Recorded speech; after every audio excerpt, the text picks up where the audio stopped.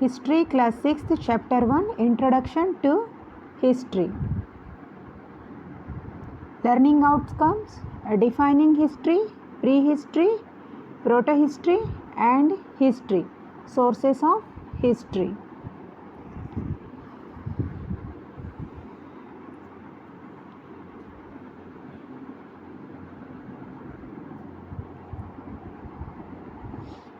Introduction to History Part 1.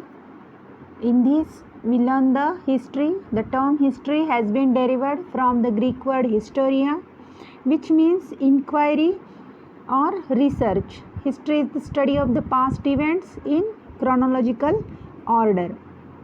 Term: chronology, the way events and arrange in the order of time.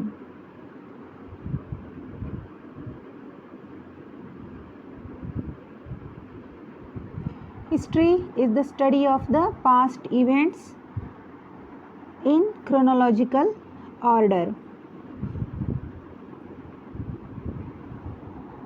Ancient history. Ancient history starts from early Main to 8th century. Prehistoric period. Prehistory refers to the period for which we have no written records. Historians and archaeologists draw conclusion about this period by studying things like fossils, tools, weapons, bones and cave shelters. There are many instances such as discovery of fire and the invention of the wheel that occurred in the prehistoric period. We have no idea of when exactly this development took place. Prehistory, protohistory and history. Prehistory is the period for which there are no written records. The prehistoric period. Protohistory is the period between the prehistory and the beginning of recorded history. When example, Indus Valley civilization. This is the protohistoric period. About this civilization we get some information for the history. History is the systematic record of the past events.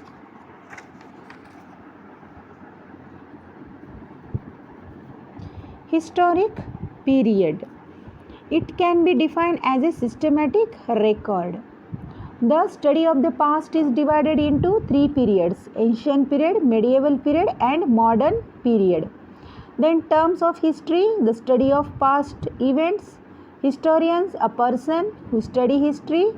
Chronology, the way events are arranged in the order of time. We know the dates of these events since they were recorded. Ancient history starts from early Main. Ancient period, already in previous class you learnt. In this class, means in 7th class, learn the medieval period. Then sources of history.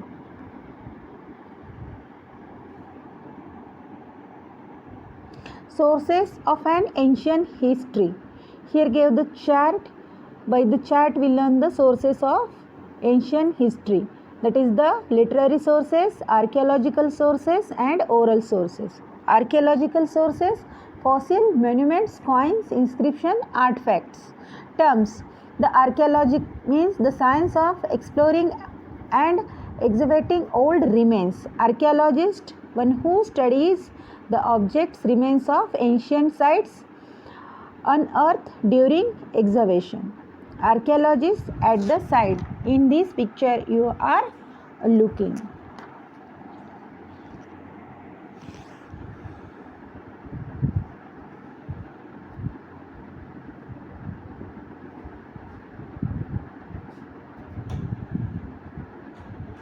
The archaeologist excavated the animal fossils, plant fossils, human fossils, material remains, fossils, dead remains of the organisms. Example: dinosaur fossils, Then monuments. In monuments, tomb, mosque and temples. Monuments means old buildings and structures such as temples, palaces, tombs, mosques and forts, etc. Archaeological style of monuments. Next is the coins. Through the study of the coins, we can get the information about the name of the king who issued the coin, the extent of his empire, the period of his reign. Then next is the inscriptions.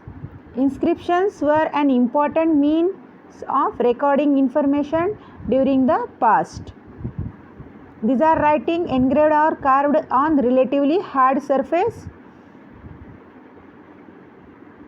of stone tablet, pillar, metal sheets, etc. Ashoka pillar of Prayag, Prashasti. This is the example of inscription. Then artifacts. In artifacts included the tools, weapons, man-made objects such as tools and weapons, pottery, sculptures, jewelry, painting, coins and seals. For the coin purpose, in that period used the gold, silver and bronze metal. And the study of the coins is known as the numismatics. Next sources is the literary sources. Literary sources, in that first is the manuscript. Literary sources refers to written records of the past. Manuscripts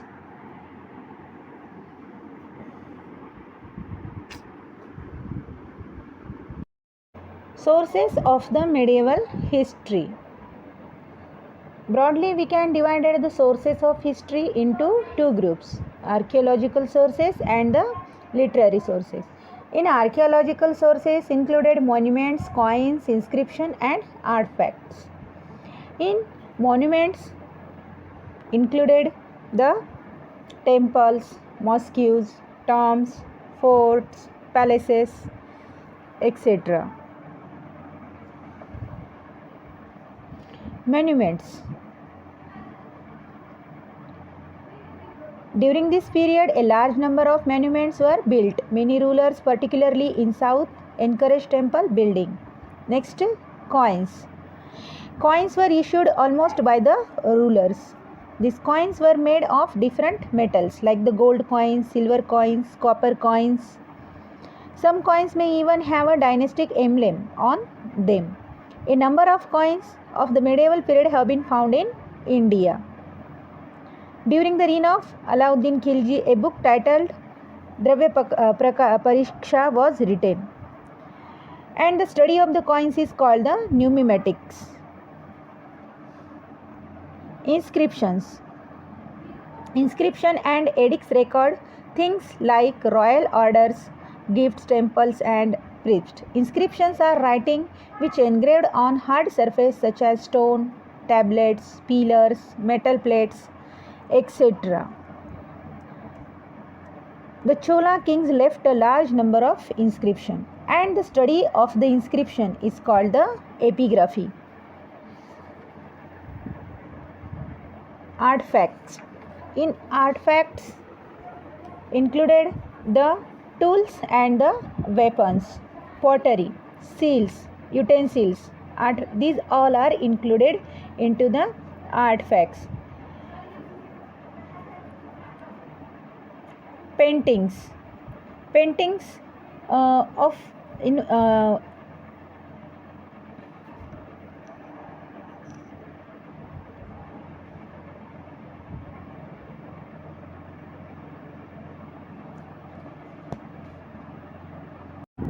scribes.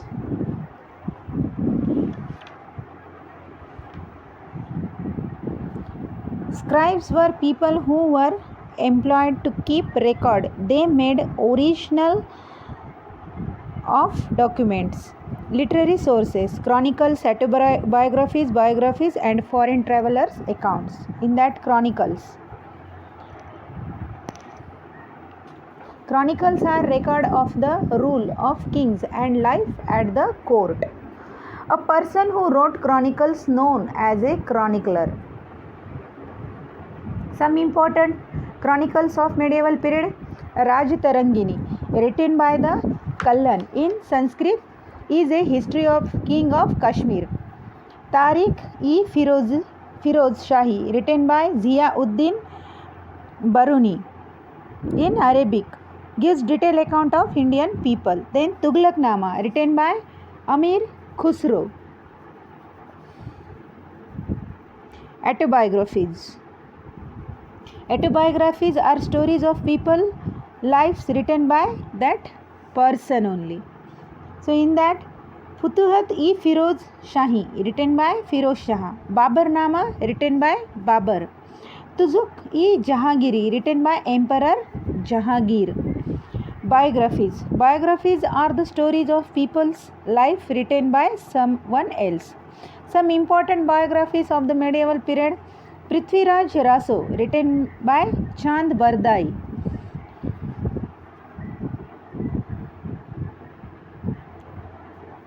Chand Bardai is a heroic poem about Prithviraj Chauhan. Humayun Nama, written by the Gulbadan Begum, Humayun's sister, and Akbar Nama by Abul Fazl are some important works of the Sultanate and the Mughal period. Foreign travelers' account. Many foreign travelers visited India during this period. They wrote their journey and experiences in their accounts. Some of the foreign travelers' names: Alberoni, Ibn Battuta, Marco Polo, Niccolo Conti, and Bernier. These are the some foreigner travelers.